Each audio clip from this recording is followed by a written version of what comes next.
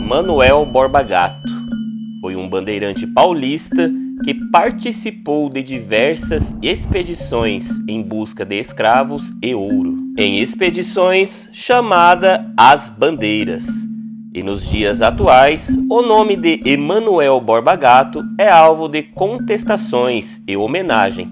As expedições do bandeirante adentravam o sertão brasileiro, sempre com o objetivo de encontrar mão de obra escravizada e metais preciosos. Borba Gato foi responsável pela morte do administrador-geral de Minas, Rodrigo de Castelo Branco. Borba Gato preparou uma emboscada contra ele na estrada que seguia para o Arraial de Sumidouro em 28 de agosto de 1682. O fidalgo foi assassinado e Borba Gato teve que fugir para não ser castigado. E acabou parando na região do Vale do Rio Doce, onde descobriu minas de ouro. Foi aí que ele alcançou a sua liberdade, pois conseguiu negociar a entrega dessas minas junto à coroa portuguesa e alcançou o seu perdão. E além de ter recuperado a sua liberdade, Emanuel Borba Gato conseguiu entrar em cargos públicos para a administração das minas de ouro. Séculos se passaram e suas ações ainda geram discussões. Foram os bandeirantes os responsáveis pelas primeiras estradas que saíam de São Paulo de Piratininga em direção ao interior do Brasil. Obviamente que eles contaram com a ajuda de índios que conheciam muito bem a região, e isto facilitou muito os acessos. Com as estradas e caminhos prontos, vários outros paulistas começaram também a investir no movimento das bandeiras e vinham em expedições que entravam as matas, que até então eram desconhecidas, tudo pelo tão sonhado ouro e a captura de índios para serviços escravos. Raposo Tavares, Bartolomeu Bueno da Silva e Fernão Dias foram alguns dos bandeirantes mais conhecidos. E toda essa corrida pelo ouro na região das minas, os paulistas foram desejando ter exclusividades na exploração desse metal tão precioso, pelo fato de terem sido os primeiros a chegarem no local.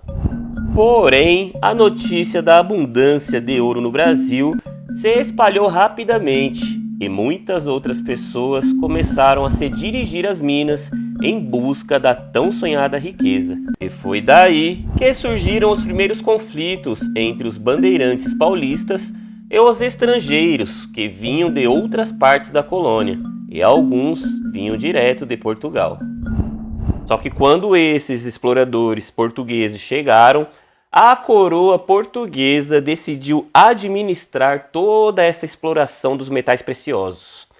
E a coroa nomeou alguns administradores, que cumpriam as ordens do rei. Algumas mortes ocorreram entre os exploradores das minas, isto devido ao fato da falta de obediência no cumprimento das ordens do rei, pois os interesses dos exploradores entravam em choque com os interesses da coroa. Borba Gato também foi nomeado como tenente-general do mato, e ele quem organizava as arrecadações na vila de Sabará, e também das explorações que ocorriam nas regiões dos Rios Grande, da Morte e Sapucaí. Para a coroa de Portugal, Emanuel Borba Gato era um eficiente administrador das minas, pois ele conservava as estradas e era um juiz severo, não permitia contrabandos do ouro. E de certa forma, Manuel Borba Gato começou a ajudar familiares que perderam algum ente querido nas explorações. Borba Gato morreu em 1718 e nesta época ele ocupava o cargo de juiz ordinário da vila de Sabará, em Minas Gerais. Muitas pessoas, inclusive os paulistas, valorizam todas essas ações dos bandeirantes, e ao longo do tempo foram sendo construídas estátuas e monumentos, batizaram rodovias e avenidas com o nome dos líderes dos bandeirantes.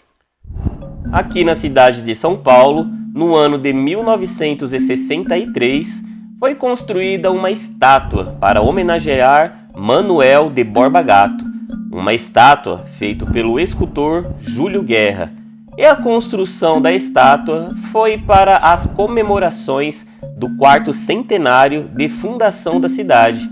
Porém, a estátua de Manuel de Borba Gato foi alvo de inúmeros protestos, e isto tudo devido às práticas realizadas por este bandeirante, enquanto estava explorando o ouro nas regiões das minas, resultando em índios e outros exploradores escravizados e mortos. Um dos protestos mais marcantes foi no dia 25 de julho de 2021, onde manifestantes incendiaram a estátua de Borba Gato. As ações dos manifestantes foram imediatas, entre apoio e repúdio. Os que apoiaram argumentaram a violência de Borba Gato. Os que criticavam o ato defendem a tese de que não se pode julgar uma figura histórica, baseando-se em elementos do presente.